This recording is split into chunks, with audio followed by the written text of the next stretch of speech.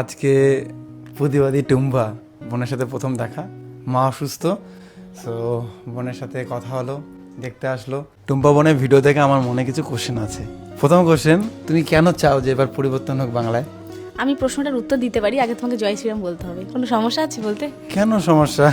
অবশ্যই হিন্দু, জয় শ্রীরাম বলবোই আমি। জয় শ্রীরাম সবার শেষে বলবো, আগে বোনকে বলবো। না না, আগে জয় শ্রীরামটা বলো না, শুভ সূচনাটা রামের নাম নেই হোক। যে ছোটো থেকে আমি দেখেছি বাড়িতে রাম পুজো হয়, একজন হিন্দু হয়ে গর্ব করে বলতে পারি জয় শ্রীরাম, হাজারবার বলবো, মরার আগ পর্যন্ত বলবো জয় শ্রীরাম। পুজো হলে জয় শ্রীরামকে জয় শ্রীরাম বলবো না তো অন্য কিছু বলবো? আমরা হিন্দু হয়ে ঠাকুরকে যদি আমরা স্মরণ না করি কোনো লাভ আছে? ভাই তাই বলো, কেন চাও বাংলায় পরিবর্তন হোক? আমি দাদা তোমাকে একটা কথা বলতে চাই। প্রথমে আমি একজন মেয়ে, যেহেতু তো বাংলার বুকে অভয়া নিশ্চয়ই জানো, আরজিকরের কাণ্ডটা, সেখানে 365 দিন কয়েক বছর পেরিয়ে যাচ্ছে, সেখানে সেই মেয়েটা বিচার পায়নি। আজকে একজনের সঙ্গে দেখা করে আসলাম এই কোচবিহারে, অনামিকা নাম মেয়েটার, তার সঙ্গেও একই ঘটনা ধর্ষণ হয়েছে, সেই মেয়েটাও বিচার পায়নি, বরং বাড়ির লোককে নানান রকমভাবে ব্ল্যাকমেল করা হচ্ছে। বাংলা মেয়েরা সুরক্ষিত নয়। কেন আমি পরিবর্তন চাবো না? এই যে কর্মসংস্থান নেই, বেকার ছেলেদেরকে বেকার ভাতার লাইনে দাঁড় করাচ্ছে, যেখানে চাকরির লাইনে দাঁড়ানোর কথা ছিল।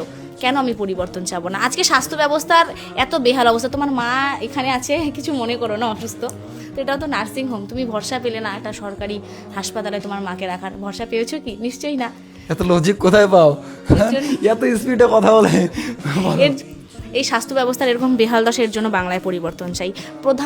প্রধান আমি যেই তিনটা বিষয়ে সবসময় কথা বলতে পছন্দ করি, এক হচ্ছে কর্মসংস্থান, দুই হচ্ছে শিক্ষা, যেটা তো দূরবীন কেন, মাইক্রোস্কোপ দিয়ে খুঁজলেও বাংলায় পাওয়া যাবে না।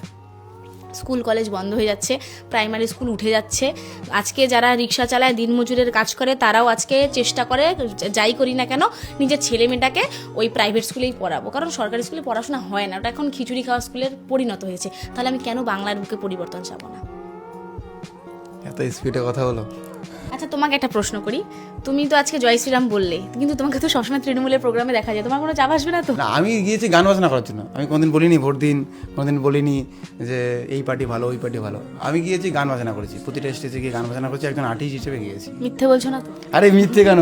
আমি যেখানে গিয়েছি প্রত্যেকটা স্টেজে গিয়ে গান বাজনা করেছি, সেটা রিল ফিল বানিয়েছি। আমি কিন্তু একজন আর্টিস্ট হিসেবে গিয়েছি। যেই ডাকুক, কংগ্রেস, বিজেপি, টিএমসি, যেই ডাকুক, গান বাজনার জন্য আমাকে যেখানে ডাকবে আমি যাবো, গান বাজনা করবো। সনাতনী হিন্দু, তাহলে আরেকবার হয়ে যাক জয় শ্রীরাম। বাবা, হ্যালো, 100% জয় শ্রীরাম, 100% জয় শ্রীরাম।